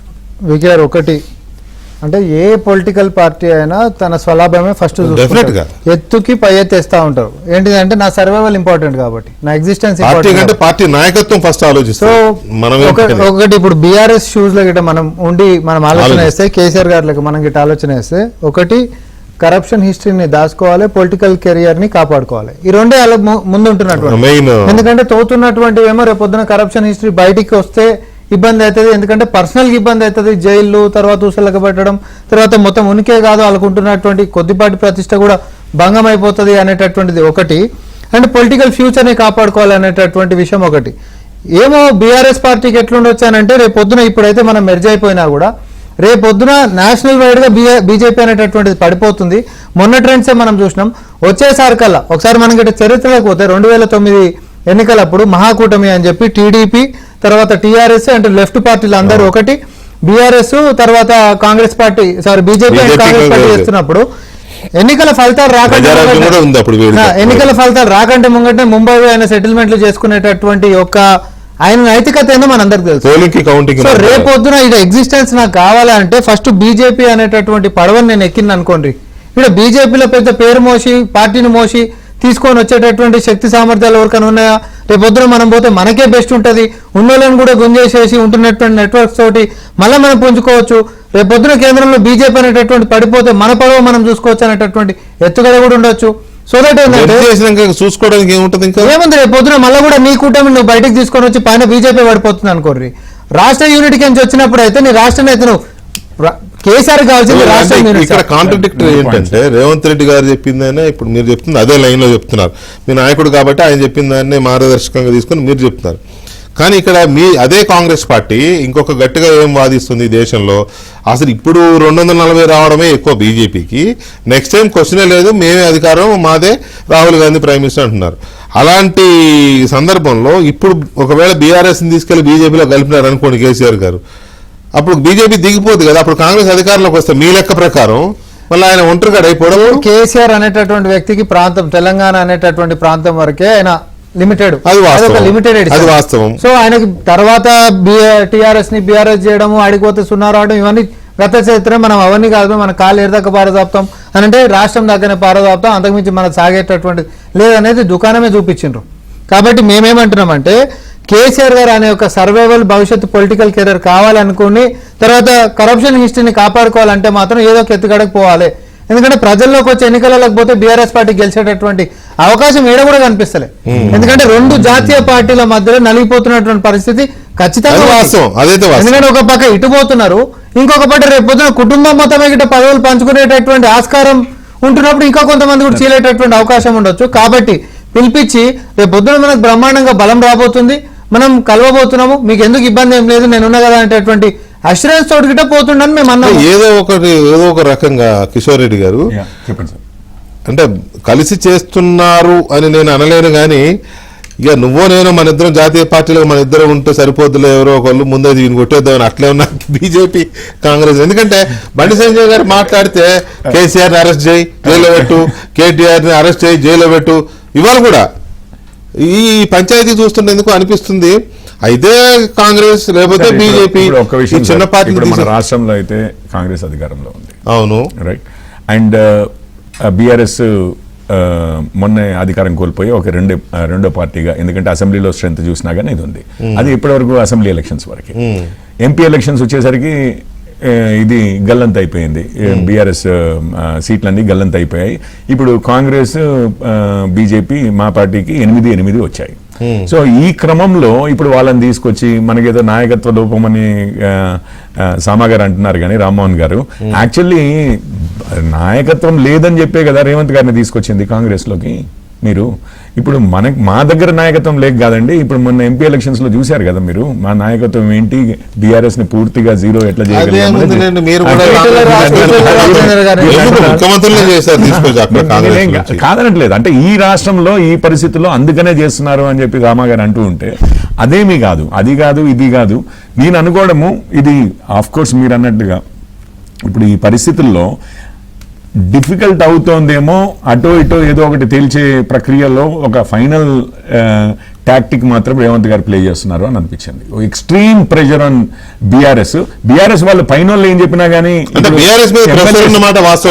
ఆబ్వియస్లీ ఇప్పుడు వారు ఇది ఇప్పుడు చేస్తూ ఉన్నవారు ముగ్గురం ఉన్నామండి ఇక్కడ. ప్రాంతీయ ఎన్నికల గారు మేము ముగ్గురం ఉన్నాం ఇక్కడ. అక్కడ బీఆర్ఎస్ వారు ఇది కాదంటున్నారు, బీజేపీ వారు కాదంటున్నారు, ఓన్లీ కాంగ్రెస్ వారు సపోర్ట్ చేస్తున్నారు. మీరు కాదంటలేరు, అదే అయితే మీరు గోడ మీద పిల్లివాటంలాగా అవునట్లే కాదని స్వామి చెప్తారు పెళ్లికూతురు సంథింగ్ డాష్ డాష్ మీరు దాన్ని అనుమానాస్పదంగా మాట్లాడుతున్నారు మీరు. అంటే ఇప్పుడు జస్ట్ బేసికల్లీ అయితే ప్రెషర్ అయితే బీఆర్ఎస్ ఎమ్మెల్యేస్ మీద ప్రెషర్ అయితే మాత్రము కాంగ్రెస్ కి బెనిఫిట్ అవుతుంది అండి. ఎందుకంటే ఇక్కడ ఎమ్మెల్యేస్ ఇప్పుడు వాళ్ళని తీసుకుని ఆల్టర్నేటివ్ గా నిలబెట్టుకోగలగడం. ఇంకొకటి స్పీకర్ గారు కావాలి మీకు. ఇది స్టాగర్డ్ గా అయ్యాయా, ఒకటేసారి అయ్యాయా, చాలా రూల్స్ రెగ్యులేషన్స్ యాంటిఫికేషన్ వల్ల మీకు తెలిసిందే. ఇవన్నీ చేయాలి అంటే ఒక రోజు వచ్చారు, ఇంకో రోజు వచ్చారు, ఇద్దరు 25 మంది ఒకటే రోజు రాలేదు చేయబట్టి అని చెప్పి ఫెయిల్ చేయొచ్చు స్పీకర్ గారికి తలుచుకుంటే. లేకపోతే అన్ని కలిపి ఒకటే యూనిట్ గా ట్రీట్ చేస్తానొచ్చు. ఇట్లాంటివన్నీ డిస్క్వాలిఫై అయ్యే ప్రశ్నలండి. ఈ మూమెంట్ నమ్ముకునే బదులు ఇప్పుడు అయితే వాళ్ళ సైడ్ అది వాళ్ళ అడ్వాంటేజ్. సో ఇప్పుడు ప్రెషర్ వేస్తే గానీ బీఆర్ఎస్ ఎమ్మెల్యేలు రారేమో అన్న సిచ్యువేషన్ వచ్చింది అనిపిస్తుంది కాంగ్రెస్ కి. అందుకని ఇక ఫైనల్ అసలు పార్టీ ఉండదయా మీది, ఇక మీకు ఇక్కడనైతే అధికారంలో మేమున్నాము, సీట్లు ఖాళీ ఉన్నాయి, మినిస్టర్ సీట్లు కూడా ఖాళీ ఉన్నాయి, మీరు ఇక ఫైనల్ గా అటో ఇటో తేల్చుకోండి అన్న సిగ్నల్ పంపించడానికి అనుకుంటున్నాను. అంత ప్రెషర్ అయితే ఉన్నమాట తప్పనిసరిగా. ఎందుకంటే ఇటు రెండు వైపులు మన ఎంపీ ఎలక్షన్స్ రిజల్ట్స్ చూసిన తర్వాత కూడా చాలా మందికి ఈ ఓటర్ సైడ్ నుంచి కూడా ప్రెషర్ ఉంది కదండి. ఇట్ ఈస్ నాట్ జస్ట్ ఇద్దరు పార్టీస్ అనేది కాదు, ఓటర్ సైడ్ నుంచి కూడా ప్రెషర్ కనిపిస్తుంది కదా మీకు. ఎంపీ ఎలక్షన్స్ లో వాష్అవుట్ అవుతే కార్యకర్తలు ఏమి ఆలోచన వస్తుంది కదా, అరే ఉన్నాం. ఇప్పుడు ఓటర్లే కాదు, నాయకులే కాదు, మేము నిజంగా చెప్పాలంటే ఎమ్మెల్యేస్కి అయితే అది బెటర్. మీరు రాజ్యసభది అన్నారు చూసారా, రాజ్యసభది యాక్చువల్లీ అదేమన్నారు ఇక్కడ ఎమ్మెల్యేస్కి ఈక్వలెంట్ కదా, కాంగ్రెస్ పవర్ లో ఉంది. నేను ఇంతకుముందు అదే చెప్పాను. అదే కాకుండా మొన్న ఈవెన్ క్యాండిడేట్స్ కూడా ఇటు కాంగ్రెస్ కో ఇది ఓన్లీ రిజల్ట్స్ ఓటర్లు ఇచ్చిందే కాదు, ఈవెన్ నాయకులు కూడా ఇద్దరు కాంగ్రెస్ కో బీఆర్ఎస్ కో ఇది బీజేపీకో వచ్చి ఫైట్ చేశారు కదండి ఎంపీ ఎలక్షన్స్ అప్పుడు. సో ఒక kind of lack of confidence in the entire party అన్నది ఏదైతే ఉందో, కానీ ఎందుకో గానీ ఈ మధ్య స్లో అయినట్టు అది అనిపిస్తుందో, అదే దాని మీద ఒక ఫైనల్ చేశారా, అది ఆగిందా తెలియదు, గ్యాప్ ఇచ్చారా, గ్యాప్ వచ్చిందా చెప్పడం కష్టం. రైట్. మల్లయ్య యాదవ్ గారు, ఇప్పుడు ఒక విషయం చెప్పండి. తెలంగాణ డిమాండ్ స్టార్ట్ అయిన దగ్గర నుంచి కేసీఆర్ ఒక ఐకాన్. తెలంగాణ ఉద్యమానికి, తెలంగాణ పాలిటిక్స్కే ఆయన ఒక ఐకాన్. సరే, ఆ ఉద్యమ కాలంలో కూడా చాలా డకాముక్కలు తిన్నారు, ఎలక్షన్లో పోటీ చేసి ఓడిపోయినారు, చాలా అయినా కూడా ఆయన ఒక ఐకాన్ లాగా ఉండిపోయారు కదా. ఇక ఏ స్థాయిలో అంటే గులాబీ జెండా పట్టుకున్నోడే తెలంగాణ వాడు, గులాబీ జెండా చేతిలో ఉంటేనే ఆడు తెలంగాణ వాడు అనే స్థాయికి కూడా తీసుకొచ్చారు ఒకసారి. డెఫినెట్ గా అంత లెగసీ టీఆర్ఎస్ పేరు చెప్పుకొని ప్రతి ఒక్కరూ ఒక హవా నడిపించుకున్న పరిస్థితి చూసాం కదా, నాయకులు కానీ కార్యకర్తలు కానీ అందరూ. అలాగే జరిగింది కూడా. అధికారంలోకి వచ్చిన తర్వాత, తెలంగాణ వచ్చిన తర్వాత అసలు ఇక టీఆర్ఎస్ కార్యకర్తలు, టీఆర్ఎస్ నాయకులదే మాట మంచి ఏదైనా వాళ్ళు చెప్పింది వేదం. గ్రామాలలో కానీ ఇక్కడ కానీ మిగతా పార్టీలన్నీ ఏదో నామకే వాస్తే అన్నట్టే ఉండే. అలాంటిది 10 ఏళ్ళు అధికారం చూసి ఉద్యమకాలంలోనేమో ఆ రకమైన హవా చలాయించి అధికారంలో 10 ఏళ్ళు అధికారాన్ని అనుభవించి ఒక్కసారిగా పోయేసరికి ఏమీ తోచని ఒక నిస్సహాయ స్థితిలో పడిపోయినట్టు ఏమన్నా ఉందా క్యాడర్ వైపు నుంచి కానీ మీ స్థాయి నాయకుల వైపు నుంచి కానీ? ఎందుకంటే ఇది కూడా ప్రెషర్ ఉంటుంది పార్టీ మీద. ఇలాంటిది ఏమైనా కనపడుతుందా మీకు? ఇంకేమైనా కారణాలు కనపడుతున్నాయా? అటువంటి అవకాశాలు ఏం లేవండి. ప్రజలు ఈ రోజు కూడా తప్పకుండా బీఆర్ఎస్ ఉండాలి, ఈ తెలంగాణ సాధించిన పార్టీగా బీఆర్ఎస్ ప్రాధాన్యత, బీఆర్ఎస్ కి ఇచ్చే ప్రియారిటీ ప్రజలు ఇస్తూనే ఉన్నారు. మొన్న ఏదో పార్లమెంట్ ఎన్నికలలో 0 వచ్చింది కాబట్టి ఇంకా లేదు, రేపు ఇంకా భవిష్యత్తులో రాదు, ఇవన్నీ ప్రిడిక్షన్స్ అనేది మొన్న మామూలుగా రేవంత్ రెడ్డి గారు ఒక ముఖ్యమంత్రి హోదాలో బడేబాయ్ అని చెప్పాను, ఆయన మీద కేసు ఉందా అని చెప్పి బీజేపీలో పోతారని మన జ్యోతిష్యం చెప్తే బాగుంటది చెప్పారు. కాబట్టి రేపు కాలు గుంజటం మొదలు పెడితే కాంగ్రెస్ లో వర్గాలు అయిన తర్వాత నేను బీజేపీలోకి వస్తానని చెప్పి రేవంత్ రెడ్డి గారు అంటారు అని చెప్పేసి మేధావులందరూ చెప్తూనే ఉన్నారు. అన్ని రాజకీయ పార్టీలు కూడా విశ్లేషిస్తున్నాయి. అయితే రేపు జరగబోయేది కూడా అదే. అంత మాత్రాన ఇవాళ టీఆర్ఎస్ ఎట్టి పరిస్థితులలో ఒకవేళ అధికారం ఉంటే కేసులు పెట్టవచ్చు, కేసులు పే చేసే శక్తి మాకుంది. కానీ ఏదో కేసులు పెడతారని ఇదైందని 8 నెలలు అవుతుంది. మరి ఏమన్నా ఉంటే మామూలుగా తీసి కేసులు పెట్టొచ్చు కదా, ఎవరు వద్దన్నారు?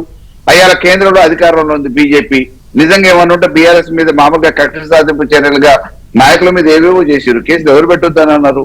ఇలా కవితని మామూలుగా పంపించిన అంత మాత్రాన కేసు ఉంది కాబట్టి ఆమె నడిపించుకోవడానికి విలీనం చేస్తారని చెప్పేసి ఊహాగానాలు చేయటం అనేది ఇవి దిగజారుడు రాజకీయాలకు నిదర్శనమే తప్ప ఈ వాస్తవం కాదు. ఎట్టి పరిస్థితులు అది జరిగేది కాదు. ఇది కోట్ల మంది సభ్యత్వం కలిగిన పార్టీ. డెఫినెట్ గా ఒడదొడుకులు అనేవి ఏ రాజకీయ పార్టీకైనా ఉన్నాయి. పార్టీ పెట్టిన ఇందిరాగాంధీనే బయటకు వెళ్ళి ఉంటుందండి. బ్రహ్మానంద రెడ్డి కాంగ్రెస్ ఒరిజినల్ కాంగ్రెస్ అని అంటే ఇందిరాగాంధీ బయటకు వచ్చి హై కాంగ్రెస్ పెట్టినాక మళ్ళీ వచ్చేసి దాంట్లో వచ్చాయి.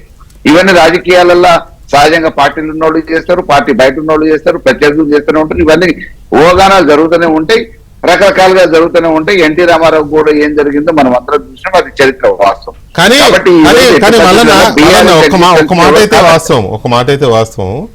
ఇప్పుడు మీరు మాట్లాడొచ్చు, లేకపోతే పార్టీలో ఇంకెవరైనా మంత్రులు, మాజీ మంత్రులు, ఎమ్మెల్యేలు, ఎంపీలు, మాజీ ఎంపీలు ఎవరైనా మాట్లాడొచ్చు, అది వేరు. కానీ చివరికి కేటీఆర్ గారు మాట్లాడొచ్చు, హరీష్ గారు మాట్లాడొచ్చు, ఎవరో ఎన్నో చెప్తూ ఉంటారు అదంతా పట్టిదే, దాన్ని నమ్మకండి, లేకపోతే తిట్టొచ్చు, విమర్శించవచ్చు, ఎన్నైనా మాట్లాడచ్చు. కానీ కేసీఆర్ వచ్చి చెబితేనే అది ఒక దాన్ని ఏమంటారు, ఒక జీవో లాంటిది కార్యకర్తలకు కానీ తెలంగాణ ప్రజలకు కానీ. ఎందుకంటే గతంలో Modi is my best friend అన్నాడు. అంటే ఎవరికి వాళ్ళు కాదు Modi is my best friend అన్నది సరే, అది అన్నారు. కానీ ఇప్పుడు ఇంత జరుగుతుంటే కూడా ఆయన ఓపెన్ ఎందుకు అవ్వడం లేదు? ఎందుకు ఓపెన్ అవ్వడం లేదు? ఇదంతా ఒక దుష్ప్రచారం చేస్తా ఉన్నారు మన వ్యతిరేక శక్తులు, లేకపోతే మన ప్రత్యర్థులు, కాంగ్రెస్ పార్టీ, లేకపోతే బీజేపీ హస్తం కూడా ఉంది ఈ ప్రచారంలో అని ఎందుకు చెప్పడం లేదనే దాని మీద మాత్రం చాలా అనుమానాలు అయితే ఉన్నాయి. కార్యనిర్వాహక అధ్యక్షుడు హోదాలో ఈ రోజు కేటీఆర్ గారు చెప్పారు. రేపు సందర్భం వచ్చినప్పుడు సందర్భానుసారంగా కేసీఆర్ గారు కూడా తప్పకుండా చెప్తారు. ఏ సందర్భం? కార్యకర్తల నుంచి మామూలుగా ఇటువంటి అనుమానం వచ్చింది అని చెప్పారంటే కార్యకర్తలకు తప్పకుండా మనోధైర్యం కల్పించాలంటే సమాధానం చెప్పాల్సిన పరిస్థితి వచ్చిందనంటే తప్పకుండా కేసీఆర్ గారు చెప్తారు. ఇవాళ ఒక కార్యనిర్వాహక అధ్యక్షుడిగా కేసీఆర్ గారికి సంబంధించిన వ్యక్తిగా, ఈ పార్టీకి సంబంధించిన బాధ్యుడిగా కేటీఆర్ గారు చెప్పారు.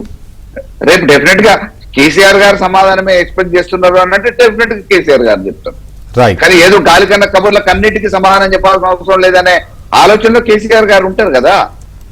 అది నిజమే, గాలిపోయే వాటన్నిటిని తగిలించుకోవాల్సిన అవసరం లేదని వారు అనుకోవచ్చు.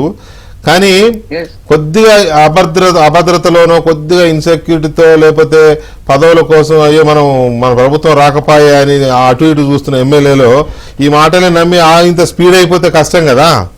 అది కూడా అనుమానం నాయకులకి, కార్యకర్తలకి, పార్టీ సానుభూతి పనులకు ఎవ్వరికీ లేదు ఆ అనుమానం. కేవలం ఇది రాజకీయ అభూత కల్పనతో బురదల్లే ప్రయత్నంలో అటు సంజయ్ గారు, ఇటు రేవంత్ రెడ్డి గారు మాట్లాడుతున్నారు అంతే. రైట్. ఈ ప్రచారం వల్ల బీఆర్ఎస్ ఎమ్మెల్యేలు ఇంకేమైనా స్పీడ్ అవుతారా కాంగ్రెస్ వైపు రావడానికి అనేది ఒకటి. కాంగ్రెస్ లో చేరికలు ఎందుకు స్లో అయినాయి? నేను నాకన్నాను కదా, గ్యాప్ ఇచ్చారా, గ్యాప్ వచ్చిందా అని. గ్యాప్ తీసుకున్నామని అనుకోవచ్చు కదా. అదే తీసుకున్నారంటే ఇచ్చినట్టు. సార్ ఇప్పుడు మీరే వికే ఇచ్చినట్టు. గారు నిజంగానే వాళ్ళ స్టైల్ ఆఫ్ ఫంక్షనింగ్ గిట్ట మాది ఉండుంటే మన అసెంబ్లీలోనే మెర్జ్ అయిపోయేది అని సిస్టమ్ అంతా మాదికే ఉన్నాం. నిజంగా కేసీఆర్ గారు చేసినటువంటి స్టైల్ ఆఫ్ ఫంక్షనింగ్ గిట్ట మరి సీఎం రేవంత్ రెడ్డి గారు చేయదలుచుకుంటే మన అసెంబ్లీలో మెర్జ్ అయిపోయేది కదా. ఇంకా కాంగ్రెస్ అప్పుడన్నా ఏం లేకపోయినా కూడా బ్లాక్ మెయిల్ ఏదో లేని కేసులు తప్పుడు కేసులు పెట్టేటటువంటి ప్రయత్నాలు చేసిరేమో కానీ బీఆర్ఎస్ నేతలు 10 సంవత్సరాలు ఉంటున్నటువంటి దాన్ని మేము చెప్పినాం క్లియర్ గా. కిషోర్ గారు అన్నారు మంత్రి పదవులు ఇచ్చేటటువంటి అవకాశాలు మేము చాలా స్పష్టంగా చెప్పినాం. ఎవరికి ఎట్లాంటి మంత్రి పదవులు ఇచ్చేటటువంటి అవకాశమే లేదు. అది ముఖ్యమంత్రి గారు క్లియర్ గా ఒకసారి చెప్పలే, ఛాన్స్ సార్లు చెప్పారు. పోనీ వచ్చినటువంటి ఎమ్మెల్యేలకు ఏమైనా మేము ప్రామిసులు చేసినాం ఆల్రెడీ, లేకపోతే ఇంకేమైనా ఇచ్చినామా? రారు కదా. సో మేమేమంటారు, వీళ్ళకి ఇస్తే మిగతా కూడా వస్తారు కదా. ఇప్పుడు 4 ఉన్నాయనుకోండి, వచ్చిన ఒకటి ఇస్తే మిగతా ఆశ పెట్టి రప్పించుకోవచ్చు కదా. ఏం లాజిక్ అన్నాను ఇది? కొత్త వచ్చిన వాళ్ళకి ఒక పదవి ఇచ్చిన అనుకో, మిగతా కొత్త వాళ్ళు అయితే వస్తారు కదా. 10 మందిలో ఒకరికి ఇస్తే అరే ఇంకా 4 ఉన్నాయి కదా, వస్తారు కదా. వచ్చే అవకాశం ఉండొచ్చులే. సో మేము అట్లాంటివి మేము చేస్తలేము. కొత్తగా వచ్చిన వాళ్ళకి మంత్రి పదవులు లేవనేటట్టు చాలా స్పష్టంగా మేము చెప్పినాము. కానీ రేపు పొద్దున బీఆర్ఎస్ అనేటటువంటి మాత్రం మునిగిపోయేటటువంటి నావా. ఎందుకంటే దాన్ని నడిపేటటువంటి కెప్టెనే దిక్కులు చూస్తుండు. ఆ దిక్కులలో కాంగ్రెస్ దిక్కెట్టు లేదు కాబట్టి అది బీజేపీ ఒకటే శ్రీరామ రక్ష లెక్క వాళ్ళకి కనిపిస్తుంది. కాబట్టి బీజేపీ ఒకటే రాముడు జపం చేస్తుంది కదా. అంటే అట్లనే కదా, రాముడు పేరు మీద అవినీతిని చేస్తుంది కాబట్టి. అవినీతి అనే పక్కన పెట్టి కానీ రాముడు వాళ్ళ సింబల్ కాబట్టి. వాళ్ళ సింబల్ ఎట్లా అంటారు సార్? మీరు కూడా వాళ్ళు చెప్పుకుంటారు, వాళ్ళు వాడుకుంటున్నారని చెప్పండి. వాళ్ళ సింబల్ ఎట్లయితుంది? వాళ్ళు రాముడు వాడుకుంటున్నారని మాట్లాడుదాం. కానీ అవినీతికి సంబంధించినటువంటి మాత్రం కాపాడేది ఏ పార్టీ అని అంటే ప్రపంచంలో ఒకటే ఉంది, అది మాత్రం బీజేపీ కదా. ఇక అందులో వాళ్ళు సిద్ధాంతాల గురించి మాట్లాడితే కాశ్మీర్ పీడీపీకి వచ్చి మనం వచ్చుకుంటూ రావాలి. ఆయన మేము నేతల్ని తెచ్చుకున్నామని అన్నాడు. సో అయితే ఇది గ్యాప్ మీరే ఇచ్చారంటారు. హిమంత బిశ్వ శర్మ కాడికి మొదలు పెట్టుకుంటే అజిత్ పవార్ దాకా కూడా వాళ్ళు తీసుకొచ్చి మాదే అనుకుని అనేటటువంటి పరిస్థితులు తప్ప కాంగ్రెస్ పార్టీకి అట్లాంటి టీఆర్ఎస్ కి మాత్రం ఒక్క విషయం, కాంగ్రెస్ వాళ్ళు అవినీతి గురించి మాట్లాడితే ఇక అది హాస్యాస్పదంగా ఉంటది. అది నేను ఇప్పుడు పెద్దగా వీరిని విభేదించాల్సిన అవసరం లేదు. ప్రేక్షకులు చూస్తూనే ఉన్నారు, వాళ్ళకి తెలిసిన విషయమే. ఇంకా దాంట్లోకి నేను వెళ్ళదలుచుకోలేదు. మీరు ఇంకొకటి అజిత్ పవార్ గారు అన్నారు, వారి సపరేట్ పార్టీ వారికి ఉందండి. షిండే గారు ఉన్నారు, వారి సపరేట్ పార్టీ వారికి ఉంది. యాక్చువల్లీ మీకు రాజ్యసభలో ఇది కావాలి అని అంటే బయట నుంచి ఎక్స్టర్నల్ సపోర్ట్ ఇస్తే లెవరేజ్ ఎక్కువ ఉంటది. కాకపోతే మరి కేసులు చాలా మంది ఉన్నారు, ఎవరైనా కానీ బయట